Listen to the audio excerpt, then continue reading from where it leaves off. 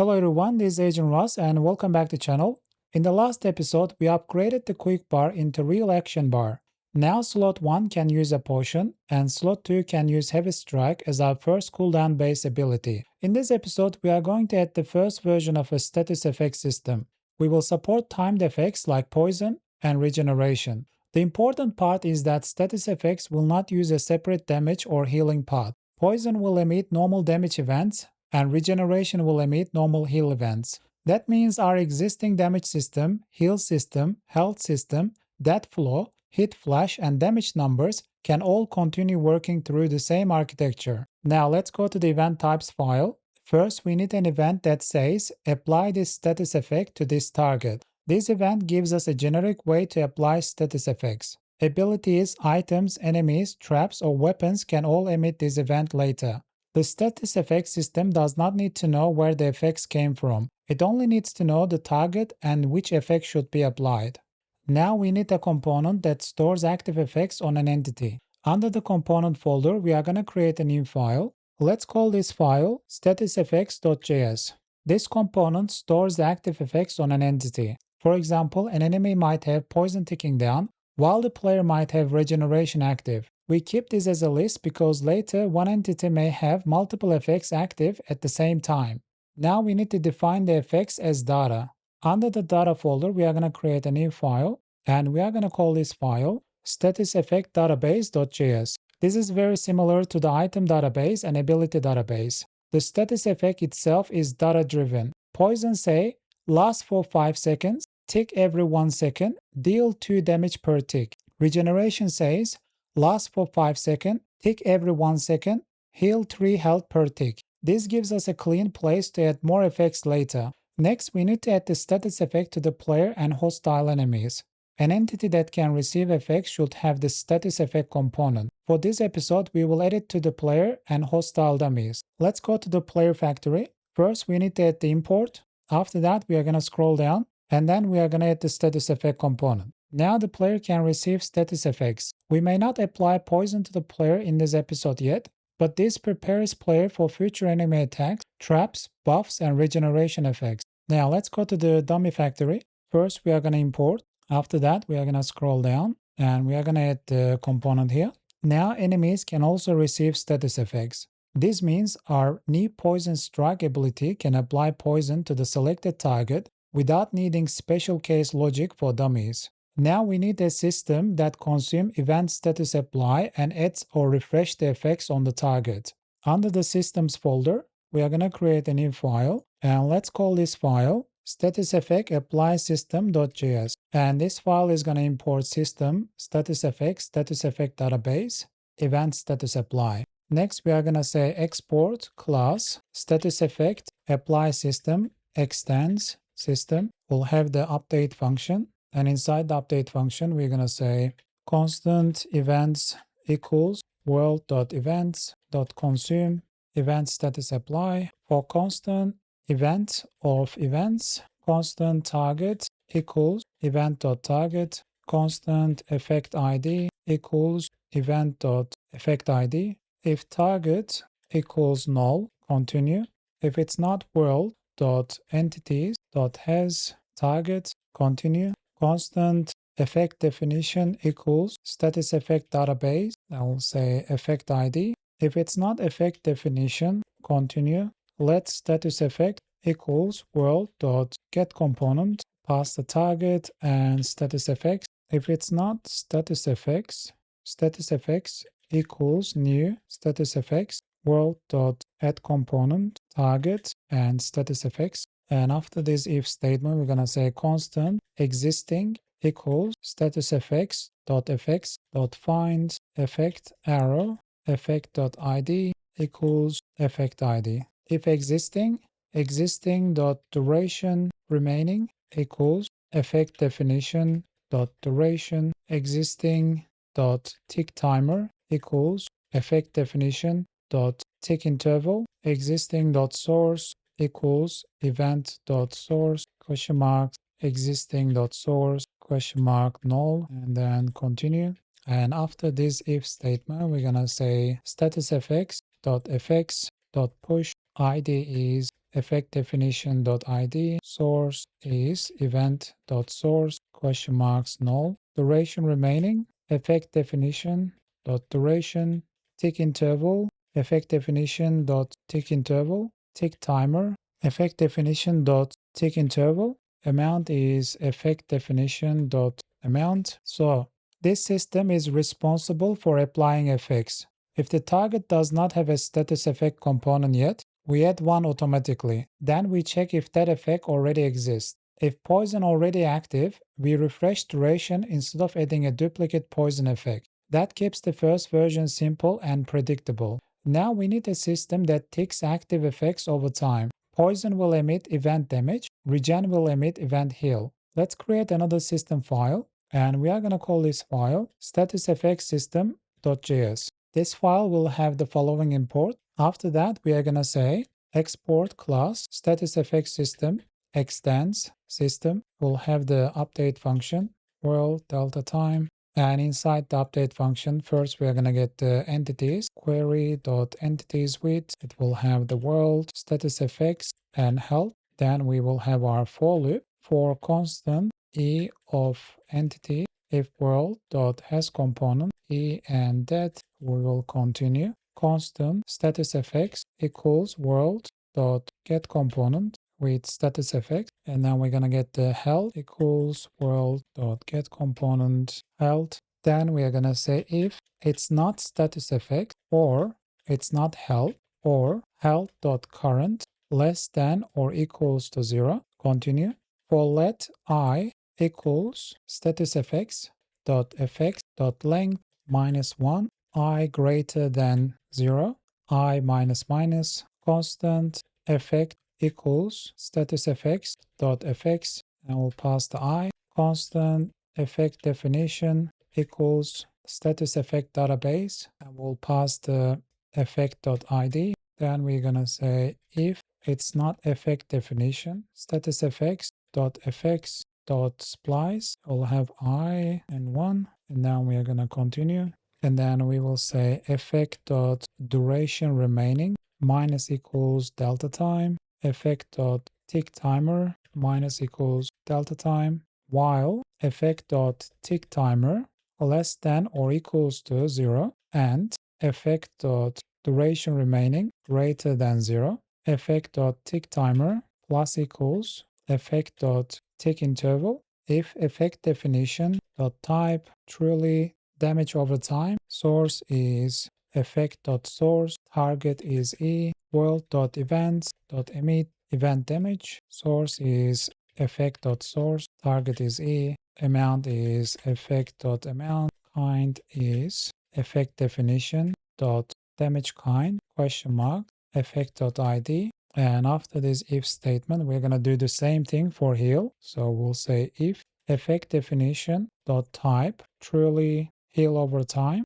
world.events.emit event heal, source is effect.source, target is e, amount is effect.amount, kind is effect.id. And finally, after this while loop, we're going to say if effect.duration remaining less than or equals to 0, StatusEffects.effects.splice I and 1. So this system turns status effect data into gameplay. Each frame, it counts down the effect duration and tick timer. When the tick times reaches 0, the effect activates. For poison, we will emit normal damage. For regeneration, we will emit normal healing. That's the key architecture point. StatusEffect reused the same pipelines we already built instead of creating a separate health changing path. Now we need a new ability that applies the poison. Let's go to ability database and we add the poison strike ability. Your file should look like this. Poison strike is our first ability that does more than just direct damage. It still deals a small hit immediately, but it also applies the poison status effect. That means one ability can now trigger both normal damage and a timed effect. Next, let's go to the quickbar.js. We will assign the new ability to slot 3. Right in here, we're going to say key is 3, type is ability, ID poison strike. Now the action bar has 3 working slots. Slot 1 is still the health potion, slot 2 is heavy strike, slot 3 is poison strike.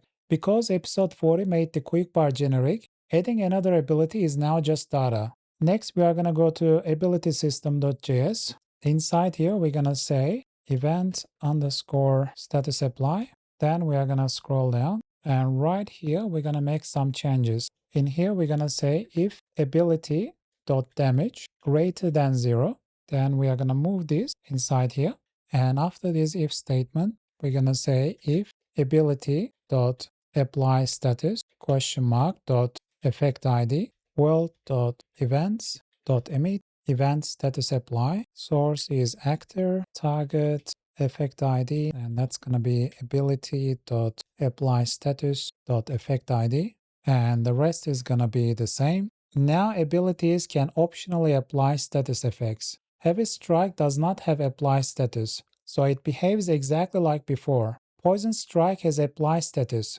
so after passing the same target and range checks, it emits a status apply event. That gives us a flexible pattern for future abilities. Now we need to add a simple status effect UI. Under the systems folder, we're going to create a new file, and we are going to call this file target StatusEffects UI system.js. This file will have the following imports, and after that we are going to create the class. We'll name the class target StatusEffect UI system, and it's going to extend system.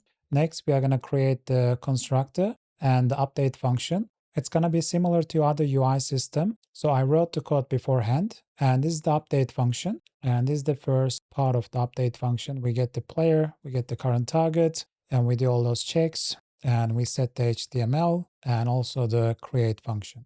So this UI is only small debug style display for now. It shows active status effects on the current target. That makes it much easier to test poison, because we can see the effect name and the remaining duration. Later this could become icons under the target health bar. Next we are going to go to style.css. We're going to scroll all the way to the bottom, and right here we're going to add target status effects, target status effect, target status name, and target status time. And these are the settings for that. This places the target's active effects just under the target HUD area. It's intentionally simple. The goal in this episode is not to build a final buff bar. The goal is to make status effects visible enough that we can test the system clearly. Now we wire everything into the update order. Let's go to main.js. First we are going to add the imports. After that we are going to scroll down. Right under the ability system, we are going to say world.addSystem, new StatusEffectApplySystem, and under that we're going to say world.addSystem, new StatusEffectSystem, and we're also going to move the heal system right after StatusEffectSystem. This is the most important update order detail in this episode. StatusEffects do not directly change health. They emit normal events, so the system that consume healing and damage must run after StatusEffectSystem. That keeps the event flow predictable and prevent poison or regeneration ticks from being lost. And finally, we're going to scroll down. Under the UI, we're going to say world.addSystem, new target status effects UI system. Let's actually move this up here. The status UI belongs with the rest of the HUD systems. It reads the current target and display any active effects on that target. So when the poison strike lands, we should see the poison effect appear under the target HUD and count down over time. Now let's go ahead and save it and test our game.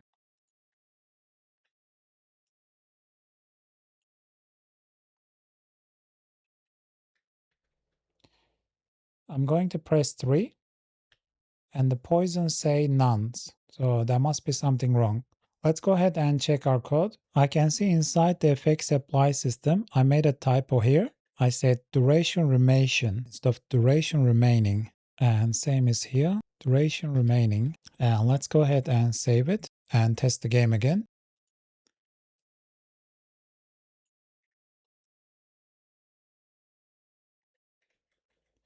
I'm going to press 3. In here we can see poison 5.0 seconds and it's not counting down. Let's go back to the code. Inside the StatusEffects system where we have the for loop, I'm saying I greater than 0 This should be I greater than or equals to 0. And let's go ahead and save it. Let's press 3. We can see the timer is ticking. We can also see the poison is ticking. So initially it does 8 damage, and after that, minus 7 damage. And let's go ahead and grab a weapon. So that's a bronze sword. We're going to heal ourselves, and let's kill this enemy first. Open the inventory, equip the bronze sword. So our attack should be 10. And let's try again. Close the inventory. We're going to try with training dummy. So let's press 3. It does 13 damage. And then tick does minus 12 damage. Let's press again. And let's try with this dummy.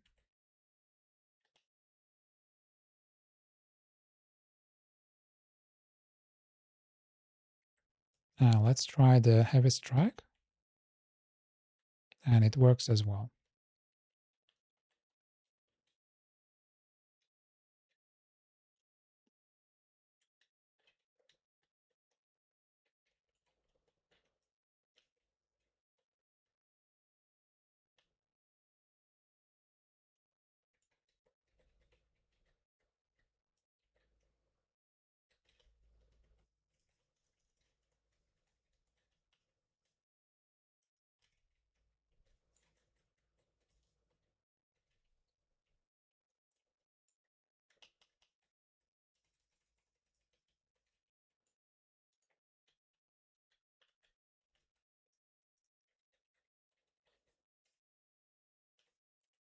We can equip the Night Blade, which does plus 12 attack.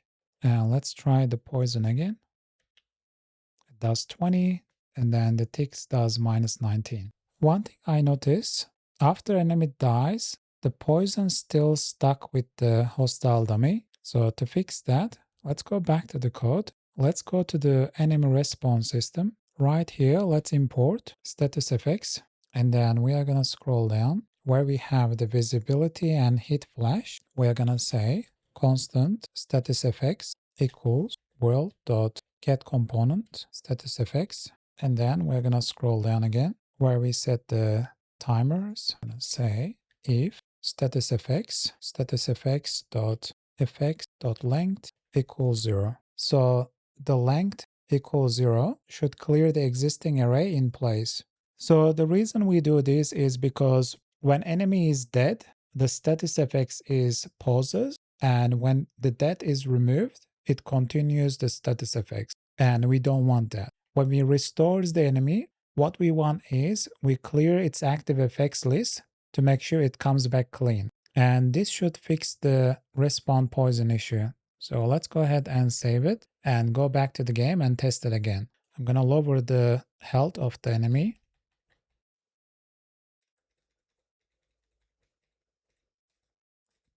And I'll press the poison strike.